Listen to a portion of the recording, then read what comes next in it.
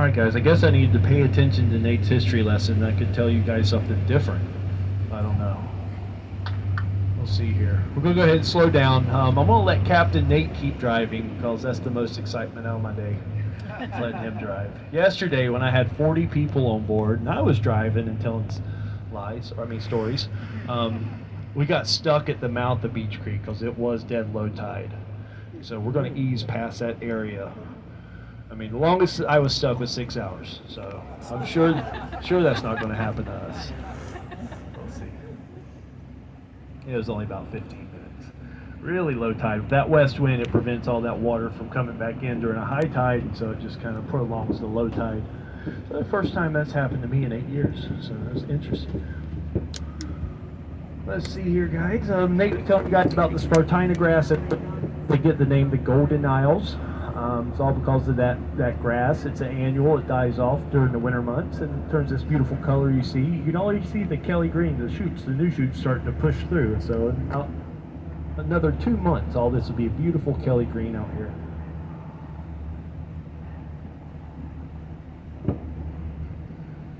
Yeah, a little bit further, I'll tell you guys about Kings Bay Naval Base out in the distance when we can see those big buildings.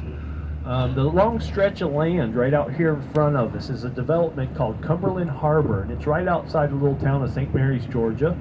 It's a development that went belly up back in 2007, and they've slowly recovered. Every month you can see a new house being built here in Cumberland Harbor, and so it's a beautiful piece of property, good view. Back in 2004, that's where the first HGTV home giveaway was, right out at Cumberland Harbor. The lady that won it from California quickly realized she couldn't pay the taxes on the place and she had to sell it off. So, like Captain Nate was telling you guys about the oyster middens left behind by the Timucuan Indians. When we get up here, all these white patches of shell, just like we had down at Old Town, these are left over by the Timucuan Indians. They would eat from the ocean and the rivers. They would always post up their camps. There's some type of tidal creek. Look, beautiful oyster catchers taking flight in front of us. Those usually are in pairs, and they sit here and they wait for the right tide for the oysters to open up just a little bit. And they shove a bright orange beak down in there and slurp up the oysters. So we'll point those out. Some of them are banded, and if you look really close within that band, they have a little condiment-sized Tabasco sauce, and that's why that was made for those guys. So the Timucuan Indians, the chief would always reside on Cumberland Island, so it's kind of sacred. They'd always have a tidal creek near where their camp was. They'd wait for the tide to fill in. They'd string a net. They'd make out of small strips of bark and saplings, and they'd make a net. And as the tide would pull out, that's how they'd collect all their fish and their shrimp. Now, oyster middens were left behind. They would shuck oysters and leave those behind. So these are just thousands of years of Indians eating oysters. Now we have a little museum on South 3rd Street. It's the old jail. For $10 a person, you go in there, you get all the history on the island. You can read about the French and the Spanish journals. They both referred to the Timucuans as being lazy. They said the Indians would wake up in the morning, work in their gardens, hunt or fish, then by noon everybody would stop what they were doing, go down to the shoreline to eat oysters, drink spirits, and socialize. This doesn't sound very lazy, right? I think that's what we all want to do. Yeah, there's a little oyster catcher right there. That's another one. He's just waiting for that right one. Ooh, yeah. Looks like you're wearing little tuxedos. Cute. Alright, Nate, so it was anywhere right about here, buddy. Just wait. No, we still have way too much water. We couldn't get stuck if we tried right now.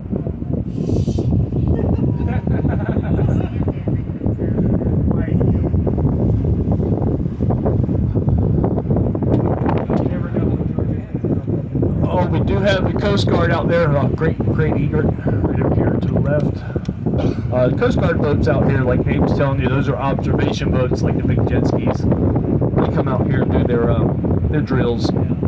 They escort the subs in and out. Now, if Captain Nate and I are lucky, we average, you'll see about one sub per month coming or going. I've seen as many as 3 in 1 week.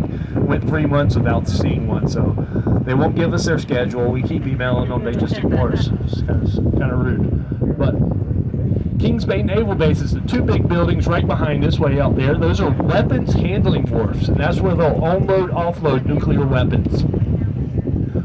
Our Ohio class subs go in and out of here. We have 7 of them. Each one of those subs are 575 feet long, 80 feet tall. They have to pop up 75 miles offshore because of our continental shelf. They're escorted on the surface all the way up to those buildings out here between the red and green markers. So they come right up on the surface.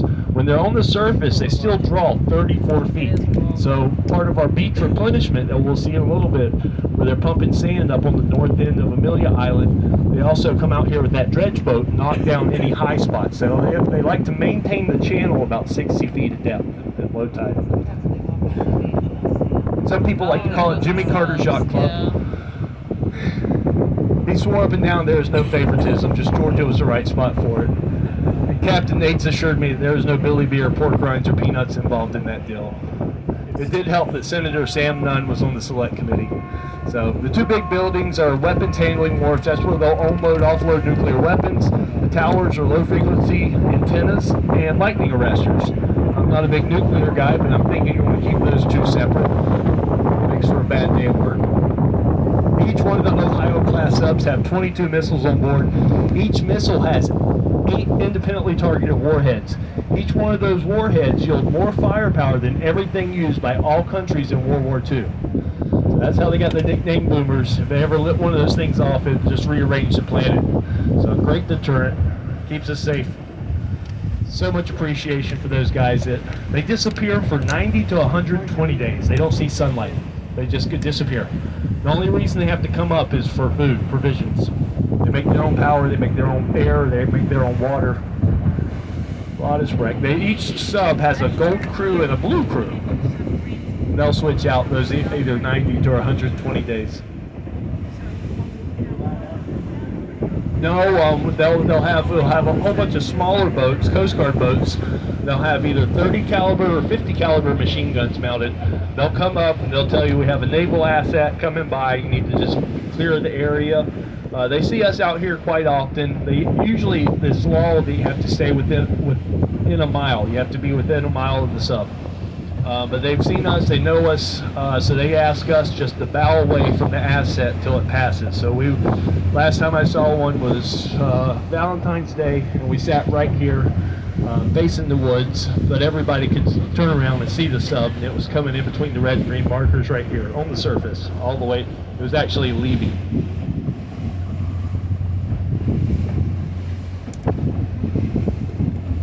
Really cool. Really neat to see it go by our pre-Civil War fort, just to see where we've come technology-wise in 170 years. It's kind of scary. Largest covered dry dock up there at the base. Those subs being 560-some feet long, they can fit 2 of them in there. They'll rest on cradles. They'll pump out the water so they can work on the exterior of the vessels. You got a really cool website, Kings Bay Naval Base. Just look it up. They'll tell you about the Marine Mammal Program. They have Atlantic bottlenose dolphin that work with trainers patrolling the waters, and also California sea lions that patrol inside the base looking for any underwater threats. So it's kind of neat that so much information they'll tell you, but I think they just got everything covered so well they're really not worried about it. Lots of satellites taking pictures overhead. One of the most photographed areas on the eastern seaboard, just within 15 miles of that base. It's not just the United States, North Korea, China, Russia. Everybody wants to know what's happening, the activity around the base. The cameras are so precise on the satellites. If we were to throw a quarter up on the deck, they can tell you if it was heads or tails. If it was heads, they can read you the year off of it. You definitely had your picture taken while you were getting on the boat. You guys up front probably had your picture taken a couple 100 times, so look up, smile, and wave. Probably see you on Chinese YouTube tomorrow. TikTok, that's it. Little point of land right here. Did you tell them about that, Nate? No. Where you see all the dead pine trees. Hurricane Irma back in 2017 had such a storm surge that salt water breached the dune system, saturated the ground. The trees didn't die out. Even our fruit system are all dying off. That's just naturally occurring on these islands. It just gives room to new growth. But right there, that's Lighthouse Point. That's where the lighthouse that sits on Amelia Island began its life, right here, back in 1819. This was the southernmost part of the United States. Everything in front of us was still Spanish territory. So 1820s, it's apparent the United States is interested in purchasing Florida from Spain. Ended up trading Cuba and pocket change. During that deal, mariners got together from Fernandina and St. Mary's. They brought a barge over and removed that lighthouse brick by brick, step by step, loaded up the third order Fresnel lens, took it across the river, up Egan's Creek where it sits today. They got it back together back in 1838. So it makes it the oldest working lighthouse in Florida, makes it the only lighthouse that's been in 2 different states. So a good little bit of information if you find yourself in Final Jeopardy categories lighthouses. It's the only reason I watch, just waiting for my opportunity. Oh, we got some more horses out here in the distance. Again, that Spartina grass is what they're after. The freshwater pond is just behind this tree line. That's how they get their freshwater source. As we get up here to the south end of Cumberland Island, you'll start to make them out in the dunes up there. They live in those families, like Nate was saying, called bands. The bands are very territorial. They don't intermix. So they're always out here fighting over areas. Thanks. I've trained my eyes to see them. You can see if you start where the dunes are, you start working your way left, you'll see a big brown object. He has a big body, long head, long face. Horse walks into the bar. You've heard that one?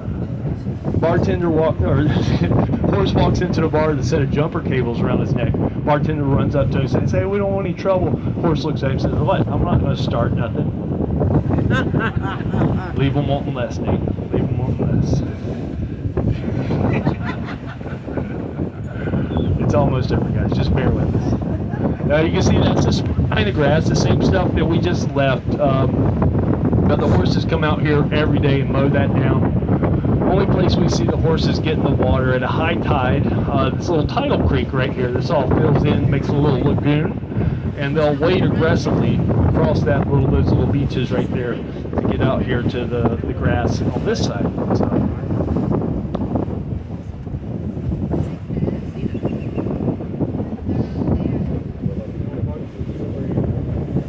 Love the beaches out here. The South Point right here becomes very popular for our boaters. If you're a recreational boater or you have access to a boat, you come out here, you can anchor up, you pick out your own piece of property, a little sand, and you can post up for the day. Summer months we'll have 24 boats anchored up along this beach right here.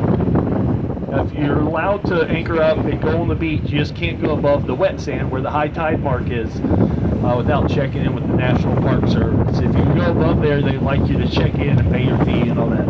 It'll become a part of that 300 number. But if you ever make it out here to the beaches right on the East Coast, these 2 amazing sand dunes, one's 60 feet tall, the other's 40 feet tall. You come out to these open, wide beaches, about 150 yards wide at low tide. Look back, no development whatsoever. It's one of the most pristine, undeveloped coastlines on the East Coast of the United States. So, really beautiful beaches. We do have primitive camping out here.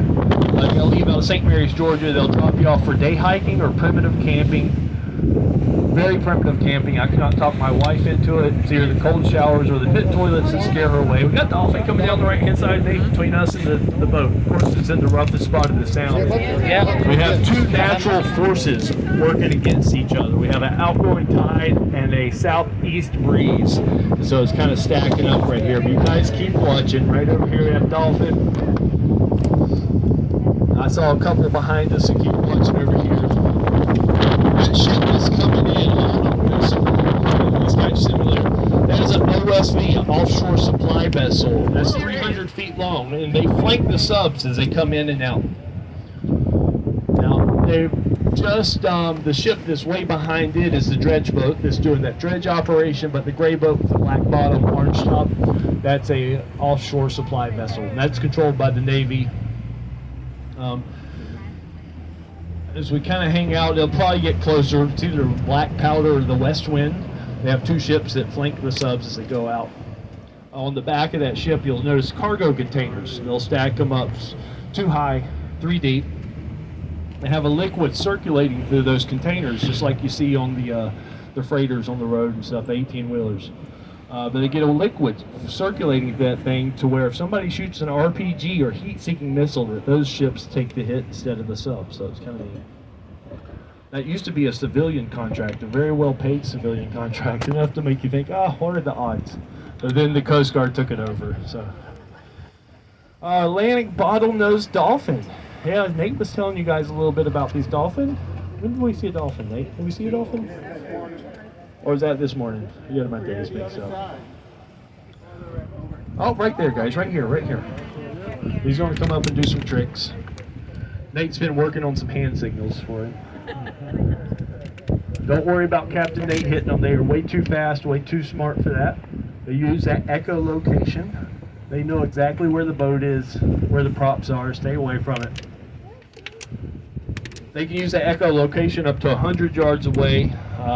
If you were to fall in the water, they could dial it up, see the blood moving through your body, see your heart beating, tell if you're pregnant. More precise than any type of man-made radar or sonar. Just like earlier, I was telling you guys, they have them at Kings Bay Naval Base that work with trainers, and they go out scanning the channels looking for threats before the subs come or go. You can always pick out our Navy Dolphin because they have the coolest tattoos. Right behind us, Nate. We point them out up front, they'll turn around and they go back to the back. We think they do that on purpose. That's good. You haven't heard that one. You don't know. You don't know about that. Of course, they're right here in the roughest part of the river, but you guys hold on. Scientists do believe the pods are so successful is because they're matriarchal, they're run by the ladies. I have no argument with that. Guys, if you got anything, now would be a good time to chime in. Yeah, right. Just grab a life jacket as you do. This is all the females, the babies. If a male's born into the pod, they'll separate themselves about 3 or 4 years of age. So they'll take a life. Oh, he's playing in the little waves right here, isn't he? Yeah, with this east wind, this outgoing tide, the waves tend to stack up. These guys are just out here surfing. Oh, bummer. All right, now they're behind us.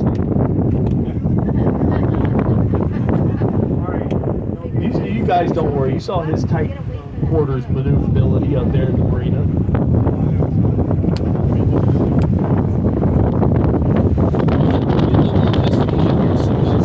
See how big this thing is as well. It's so cool to see it. It has a Vulcan chain gun on the front of it.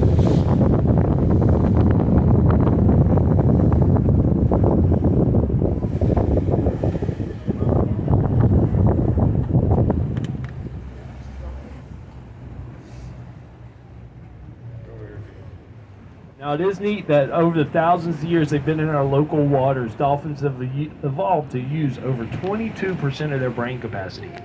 That's kind of impressive, guys, because humans only use 10. Some humans. Oh, wow. If you ask Captain Nate, he'll tell you I work with about 3.5%, and that's only on a good day. Unfortunately for you guys, that was yesterday.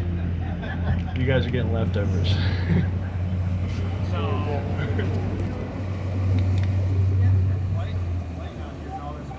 There, I know. There they are, guys. And still got a nice little visibility out here, so you can see them right up under the surface. They can hold their breath up to 8 minutes.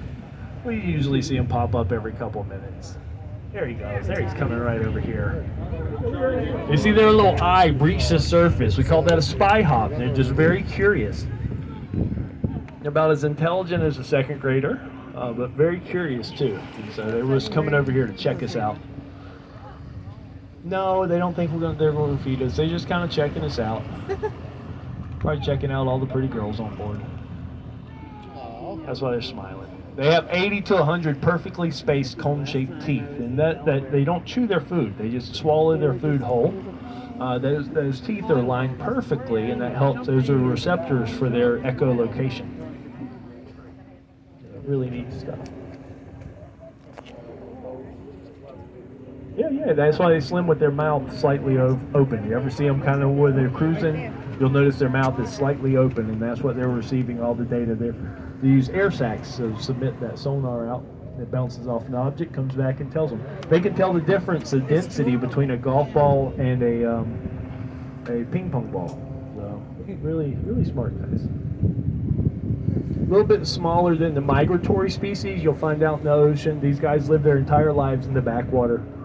If you are standing up, we're starting to get a horse over here, Nate. About 1 o'clock. He's kind of making his way back. So if anybody get a picture with the horse in the background, you have to put that on Instagram. Oh, here he comes again. Here comes the dolphin right here. Oh, yeah, I'm sitting up kind of a little bit higher than you guys, but if you see the brown spot right out in front of the boat, there's a band of horses. And as we go down the coast right here, we get kind of pulled out with this tide. Nate's going to try to keep the bow into the waves, so it makes it nice and comfortable for us.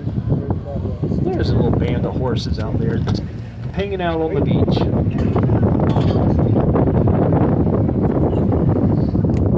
Right on. We're at 10 o'clock, right over there. Coming into 9 o'clock.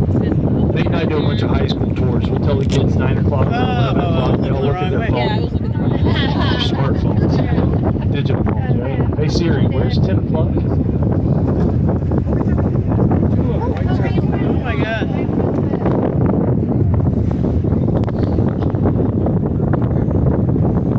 I think the dolphin are messing with this. They just want to see if we roll the boat. So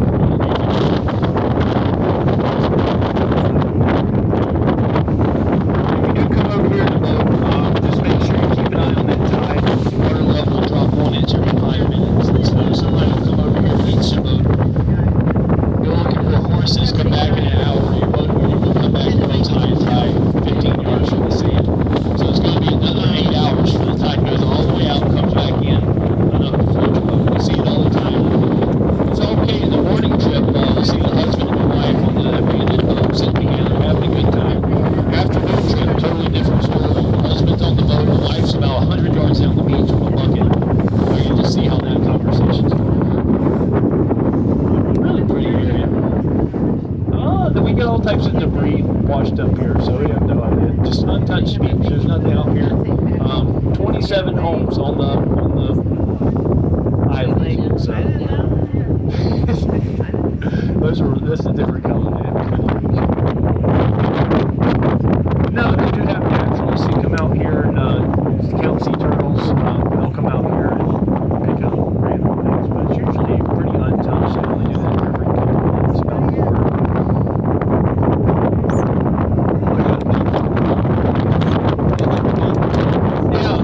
Kings are just south of us. Mayport Naval Station. A lot of helicopters fly in and out of there. There's also Cecil Airfield in Jacksonville. And so Mayport's just about 15 miles south of us. And then Cecil Airfield is in Jacksonville. There's heavy military presence because the Kingsway Naval Base, the helicopters practice runs around here. We had some F-14s flying by last week as well. But the line of power, you can see the machine gun on the front of that thing. Pretty heavy power. Then you can see the cargo containers on the back. And that's what is a attraction for any type of heat-seeking missiles. So usually they're together. They're with another ship that's identical to that one called the West Wind, and they'll escort the subs out. Now they do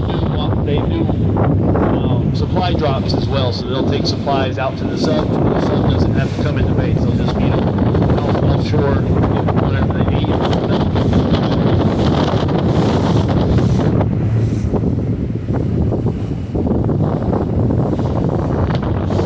That broken chain gun's pretty impressive. I was looking at it, it's about $2,500 a second to fire that thing. Our tax dollars at work there, buddy. We're going to look at Kingsway Naval, or not I'm playing Nate now. What's this big thing up here? Port Clinch. We're going to look at Port Clinch. You guys are looking at the tower we saw when we passed earlier. This is just an aid to navigation, a modern day lighthouse. You'll start to see a light working on the front of it. Got a nice little boat coming here from the OSV. You guys hold on. They stuffed them out. You're in the splash zone. Don't get my hair wet. You can see our dredge boat is right in the middle of the channel. I believe they're in the channel, yeah. So they're knocking down in the high spots. They'll load that ship full of sand and water, and they'll come in here and they'll hook up to a pipe that's right here beside this tugboat. And then from there, it's connected to a series of pipes that run down to the north end of Amelia Island. They're doing that beach replenishment. They're pumping sand up onto the beach. They did this back here by the fort last week, and now they're starting over here on the north end. Makes it a good place to come look for shark seed right out here with that constant supply of sand that's getting pumped up. More and more shark seed.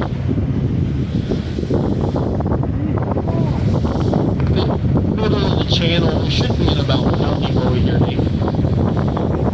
66 feet of water. So there's Ohio class subs, when they're on the surface, they still draw 34 feet. So they like to maintain that channel about 60 feet all throughout here, going all the way up to the base.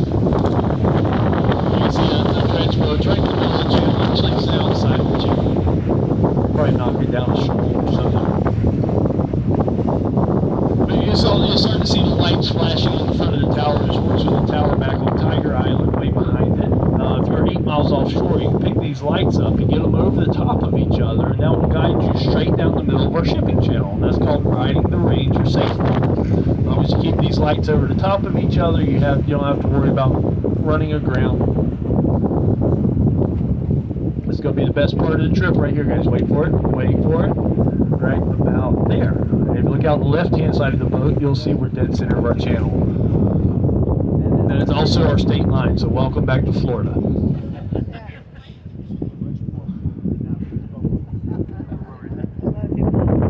The yellow buoys is an exclusion zone specifically for those subs. Being that large, the harbor pilot knows he has enough depth and width right there to spin that sub around and move it side to side if they have any type of traffic they have to avoid. So that's an exclusion zone. I used to have a lot of heavy equipment out here. You can see where they're pumping sand. There's about 4 rock piles right out here in front of Fort Clinch, and they're pumping sand up. You cover those rocks up, come back a year later, all that sand's going to be gone. And so they'll be back next year to pump more sand up here. It's called job security. Good work if you can find it. Makes it excellent. Oh yeah, they covered them all up. Excellent place to look for shark teeth. If you like finding prehistoric shark teeth, come out here at a low tide. I like a low tide or after a heavy rain. You can come out here anytime you want to. Just look around for shark teeth. Every tide takes away a layer of sand, revealing new teeth. Now, if you're thinking about moving to Amelia Island or recently moved here, you have to display your shark tooth collection. It's mandatory. You got to put them in something really cool. You can put them on your coffee table. You will be judged by your neighbors and your friends. So make sure all the big ones are on top. All right, back to our history. Shark attacks, we get roughly one a year, nothing bad. Down in New Smyrna, down in Central Florida, they'll get several a year, and it's usually small ones, small sharks that bite. We do get the big boys in here. We had Osage in here several years ago. They had their mothership tied up in the sound. They'd fish out of a 30-foot contender.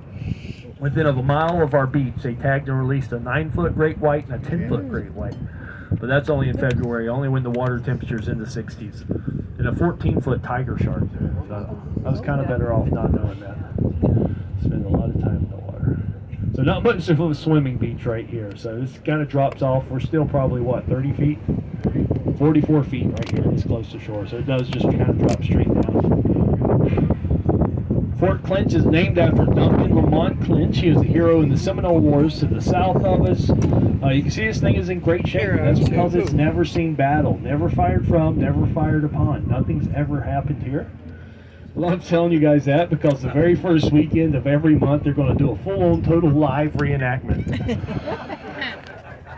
You guys don't want to stick around for the reenactment. This is a preview of No Shots Fired. We began construction in 1847. A lot of people refer to it as the Civil War fort, and that's because it housed both Confederate and Union forces. You see the different color in the brick. Lower part of the walls is a larger, lighter brick, come from a local brickyard right up the St. Mary's River. Robert E. Lee came in here, deemed the place indefensible. He knew there was a Union blockade back out where the dredge boat is. Had new rifle bore cannons on all the gunboats. They could far exceed the power and the range of the smoothbore cannons here at the fort. They could sit from a safe distance, blow this thing away. He walked around Fernandina, thought there really wasn't worth anything defending, so he ordered everybody to evacuate on Yulee's last train out of town. They set up shop over in Cedar Key for the duration of the war. Union troops come in, storm an empty fort, feel really good. They're going to stay here, but they're going to finish the fort. They aren't going to support the southern economy. They're going to bring their own bricks in from the north. So the top of the walls, buildings themselves, those are all smaller, darker red bricks that came in from the north.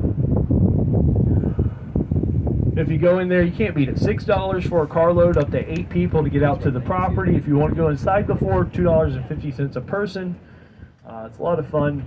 There's a reenactor usually in there. It's fun. He thinks that it's 1860, so ask him anything about politics. He'll say, no, Mr. Lincoln doesn't go through here. They'll open up different areas, let you see how everything operated. By far, one of the creepiest ones to me would be in between the chimney up there with the double door and the I-beam sticking out. If you were to go up there, you'd realize that was a dentist office. And in the 1860s, you had to pedal the drill the dentist was using on you. So imagine trying to keep your head still while you're pedaling fast as you can. Give you an idea how soft his touch was. He was also the blacksmith. We can confirm that that's not where hoof and mouth disease comes from. We were curious. We Googled it. Keep him on your good side, though. He had to be a pretty stylish guy. He's also your barber. So.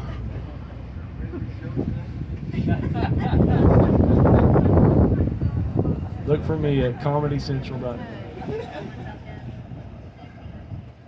Oh, you can't be. It's pretty. This is a well-kept, beautiful beach. It's a fun place to come out. Just you spend all day. Bring your own water. I did have somebody tell me that a bottle of water was $7. So they do have like a little ice cream shop and they sell water. I didn't even ask how much the ice cream was.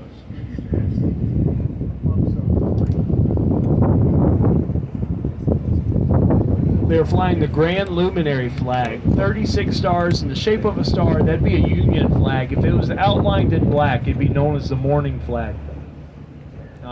According to what troops in there, they'll fly different flags. A couple of months ago, they were flying Florida's original state flag. It's a big blue flag with a white star right in the middle. The top it says "Hurrah for Florida." The bottom it says "Leave us alone." So supposedly that was Florida's first state motto before they discovered tourism. Right. Seems to be working out. These guys, I bet they're just loading up on all the shark teeth. This is kind of making me upset. We need to go up there. They're taking all the shark teeth. Oh, yeah, I know they are. Locals refer to this as Depression Beach. So you notice everybody's walking around with their heads down, shuffling their feet. A lot of broken hearts now. They're all looking for those shark's teeth. I'm just kind of impressed because usually they cover up the rocks just a little bit. This time they've covered up several piles completely. Back in the 90s, we had Army Corps of Engineers had waves hitting the wall, so the Army Corps of Engineers came in here, and after millions of dollars of research, this is what we got, 7 rock piles. So they come back a year later, do a survey to see how they fixed our erosion problem, only to realize they sped it up by 33%. So still to this day, we're eroding third faster than we've ever been. In between the 2 finger jetties up here creates a vortex on the outgoing tide. It removes more sand than it saves. So they couldn't hook up to the first chunk of granite. The local government took them to court and said, you've created an artificial fish haven within that year's time. Federal law, if you create an artificial fish haven, you have to maintain it. So now we are blessed with these things called fish havens, that you can see somebody up here taking full advantage of. But because of that, every year they come back and they pump sand and they start right out here and they'll work their way around the north end of the island.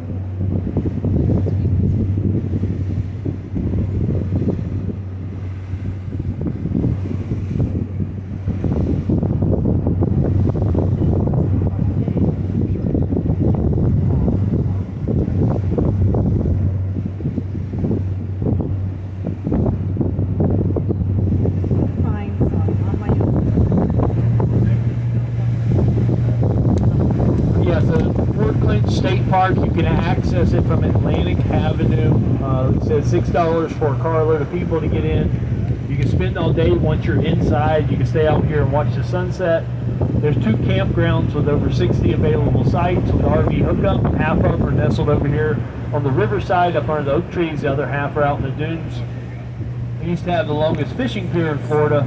Hurricane Matthew destroyed that, so they took it down. It ran parallel with our jetty system, and they're still trying to decide whether to rebuild it, put it there, or at the end of it, new pier at the end of Atlantic Avenue.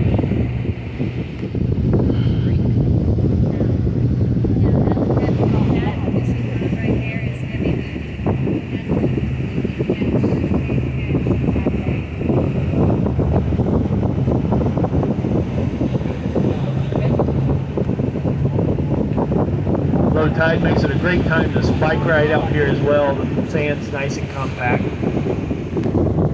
Get the proper license, come down here, you can fish off the shoreline. Guys are still catching whiting. The black drum are starting to move in. Sea trout's still biting. And as soon as the water temperature warms up about 3 more degrees, the redfish and the flounder bite will start.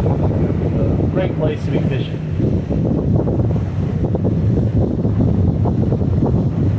Little riverside campgrounds nestled right here.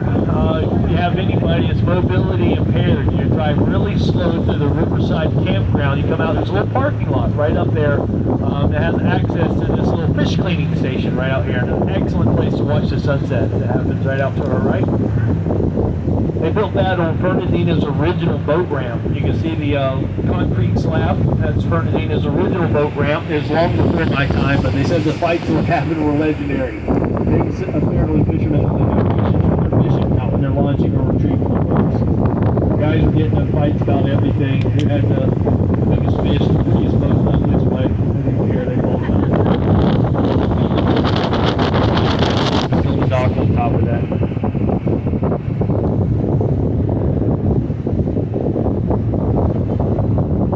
Just like back at Lighthouse Point, we have ballast stone all throughout this area where the ships would come in loaded with rocks. All these rocks are ballast stones. Those ships in the 1800s would come in full of rocks. That's how they could sail properly. They'd bow up on the shoreline, unload the rocks, go down to town, pick up their cargo, which would be their ballast, and sail home. So they'd keep those behind for anybody that needed them. When David Yulee moved the city, he paved the city streets with ballast stones. Now we've paved over them since with asphalt, since they're kind of hard to maintain, but you go just north of us up to the Savannah area in Charleston, you'll run across those old cobblestone roads or the ballast stones from the bellies of the ships. Captain Nate figured out a long time ago it's a lot easier to walk on those roads at 2:30 in the morning for some reason.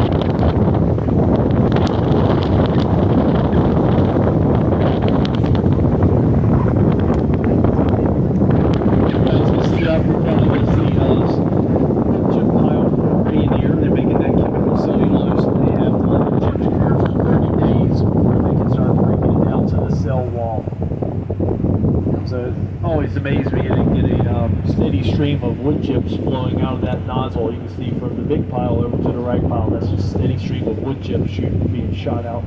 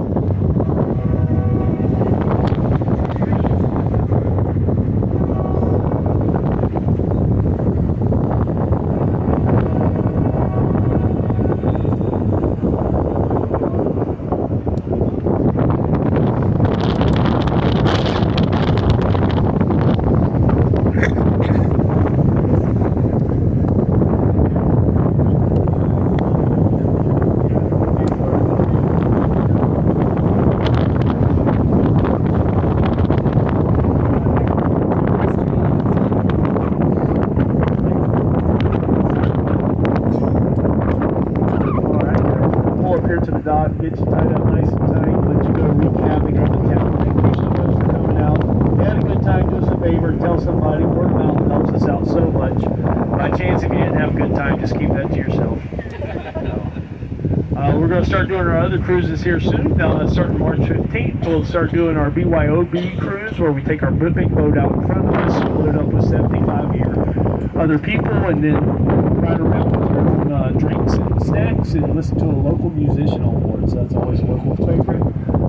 If you do come back, try that out, and then we'll also be starting up our eco shrimping tour here soon. So that's where we drag a shrimp net right up Lancer Creek, and we'll pull the catch in. We have a marine biologist separated and tell you all about it. So that's always a lot of fun too. You have to return the catch, so you can't keep it.